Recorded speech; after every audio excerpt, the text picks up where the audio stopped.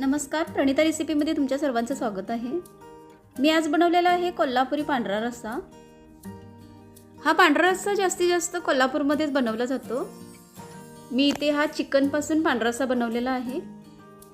हा पांढरा रस्सा मी एकदम सोप्या पद्धतीत बनवून दाखवलेला आहे। चला तर मग पाहू हा पांढरा रस्सा मी कसा बनवला तो। इथे पांढरा रस्सा बनवण्यासाठी मी अर्धा किलो चिकन घेतलेला आहे, ते स्वच्छ धुवून घेतलेला आहे। आणि इथे मी एक नारळ घेतलेला आहे फोडून, हा ओला नारळ घेतलेला आहे। इथे मी ओल्या नारळापासून दूध काढणार आहे। आता इथे मी एक पातेलं घेतलेलं आहे आणि याच्यामध्ये थोडंसं तेल टाकलेलं आहे। या तेलामध्ये मी थोडेसे खडे मसाले टाकलेले आहेत। त्याच्यामध्ये मी तेजपत्ता, दालचिनी, लवंग, मिरी, मोठी वेलची, छोटी वेलची आणि शहाजिरे असे मी काही खडे मसाले टाकले।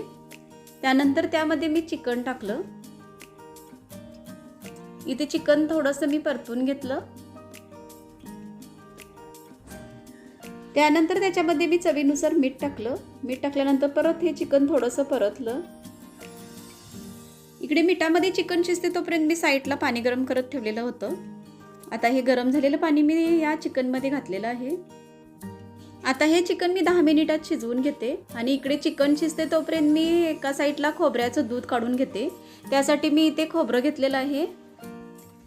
इथे हे खोबरं घेतलेलं आहे, याची पाट एकदम काळी आहे म्हणून मी हे जी साल अशी काढून घेते।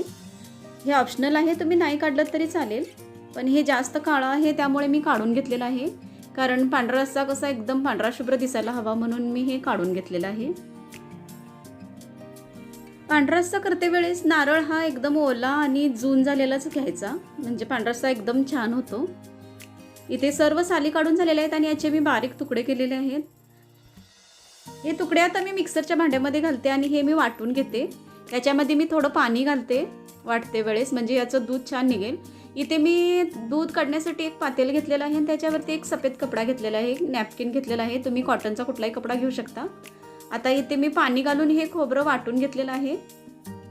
आता हे वाटलेलं सर्व मिश्रण आहे हे मी या नॅपकिनमध्ये ओतलेलं आहे आणि असं मी हे पिळून घेते, म्हणजे सर्व दूध खाली पातेल्यामध्ये पडेल आणि जो नारळाचा चव आहे तो सर्व चव या कपड्यामध्ये राहील। इथे हे असं नारळाचं दूध निघालेलं आहे। आता जो राहिलेला किस आहे तो मी परत ह्या मिक्सरच्या भांड्यामध्ये घालते। परत थोडंसं मी त्याच्यामध्ये पाणी घालते आणि मी परत वाटून घेते। हे मी 2 वेळेस हा प्रकार केलेला आहे।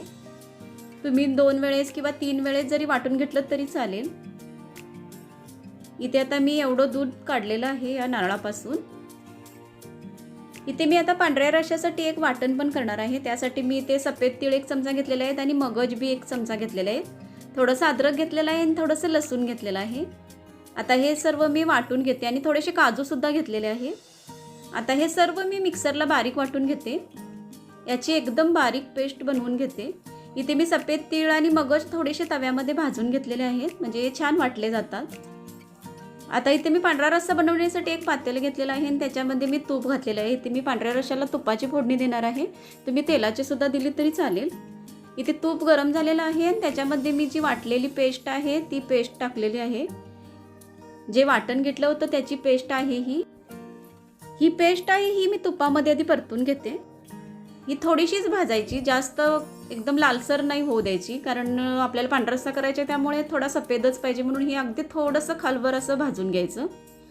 इथे थोडंसं हे भाजून झालेलं आहे वाटण। इथे ही वाटणाची फोडणी बनवून तयार झालेली आहे आणि साईडला सुद्धा इथे चिकन शिजलेलं आहे। इथे आता छान चिकन शिजलेलं आहे 10 मिनिटात। आता ही जी बनवलेली फोडणी आहे ती मी फोडणी ह्या पांढऱ्या रश्श्यामध्ये घालते, म्हणजे जे चिकन शिजवलेलं आहे ना त्याच चिकनमध्ये मी ही पेस्ट घालते।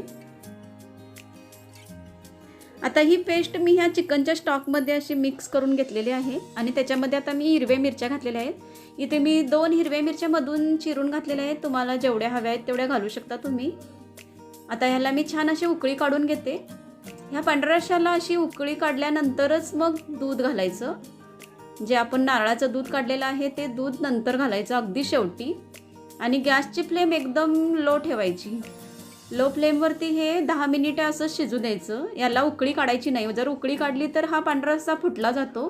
हा रस्सा फक्त 10 मिनिटेच गॅसवरती शिजवून घ्यायचा। आता इथे ह्या रश्श्याला उकळत ठेवून 10 मिनिटे झालेले आहेत. थोडासा असा शिजलेला आहे छान असा, पण याला उकळी फुटलेली नाही. ह्याला मी उकळी फुटू देणार नाही, नाहीतर तो फुटला जातो रस्सा. आता मी गॅस बंद करून घेते.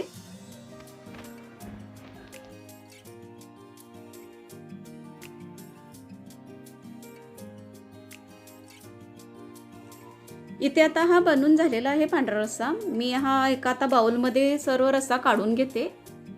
इथे मी हा रस्सा चिकनपासून बनवलेला आहे. तुम्ही हा सेम असाच मटनपासून सुद्धा बनवू शकता.